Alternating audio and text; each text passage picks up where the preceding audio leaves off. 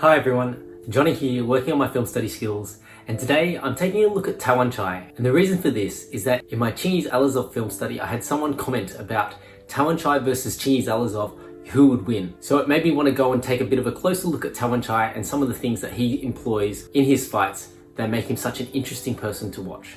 For something a little bit different in this film study, I thought before I go and actually start to have a look and break down some of his fights, I thought I'd ask Chat GPT what makes Tawanchai such a good fighter. And this is what it said. Tawanchai is a highly skilled and successful fighter in the sport of Muay Thai. There are several factors that contribute to his success and make him a good fighter. And ChatGPT then goes on to list technical skills, conditioning, fight IQ, mental toughness. To be fair, ChatGPT did answer the question of what, so I followed up with a question of how does Tawanchai win his fights?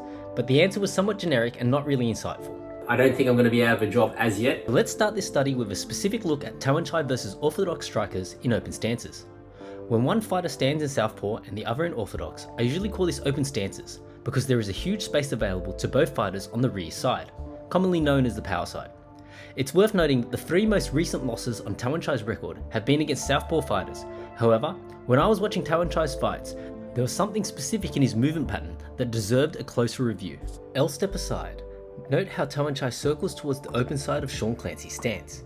Conventional striking wisdom would say that Tawanchai is moving into the power of Clancy's right leg or right hand attacks. However, this particular movement was noticeably employed in both his one championship fights against orthodox strikers in Clancy and Niclas Larsen. When I see these patterns in a fighter's style, I always like to go back and review their previous fights to glean some insight into when these elements were added to their game. In his earlier fights, Tawanchai would play a more traditional open stance battle, looking to win the outside lead foot position to set up his cross down the pipe while circling away from the power side or towards the close side. In this particular sequence from an earlier fight with Niclas Larsen, Tawanchai takes the outside foot position and lands a beautiful uppercut to rear cross combination. Pay attention to how Tawanchai is able to get his head offline from the lead hand of Niclas Larsen, bypassing the long guard completely and scoring the knockdown. As such, when we look at his two fights against orthodox strikers in one championship, it's interesting to see a different style of movement in application. By moving to the open side, if the opponent doesn't move, you would eventually have their feet in a squared stance. That said, most opponents won't just stand there for you to circle and square their stances. As the opponent follows, the effect of this movement is what I would term rounding, as the fighters would go around in a circle in the absence of any striking exchanges occurring. In this particular sequence, note how with a small lead foot adjustment, he's able to take the outside foot position to land a nice jab cross hook and body kick combination.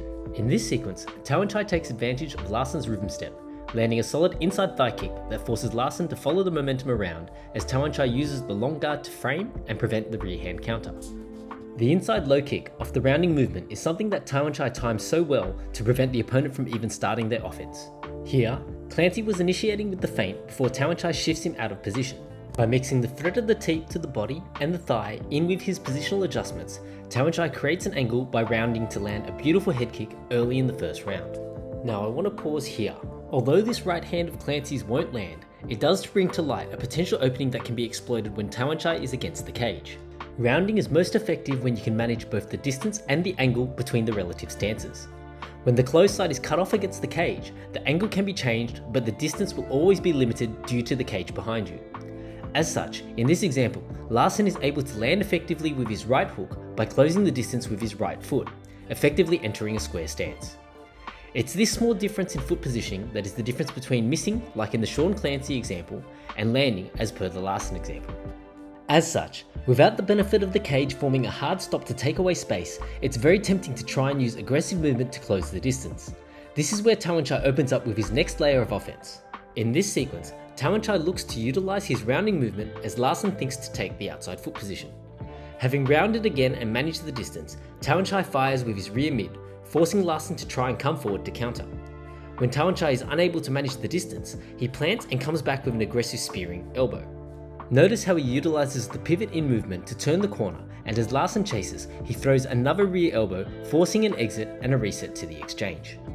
It's these sudden directional changes that increase the danger of trying to counter the rounding style through aggressive forward movement. Circling the open side doesn't just open up the angle for the inside low, it allows for the teep to hit at a different angle that can take opponents off balance. In this sequence, as Larsen looks to take the outside foot position, Tawanchai throws a hybrid teep sidekick, knocking him off balance. The advantage of moving towards the open side to throw the teep is that the feet of the opponent will generally be more square, resulting in a higher likelihood of shifting their base.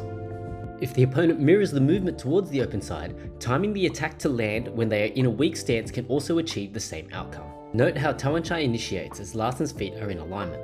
Although this study has focused predominantly on the movement towards the open side, this particular strategy is an addition to his already strong close side movement game that's been on display throughout his career.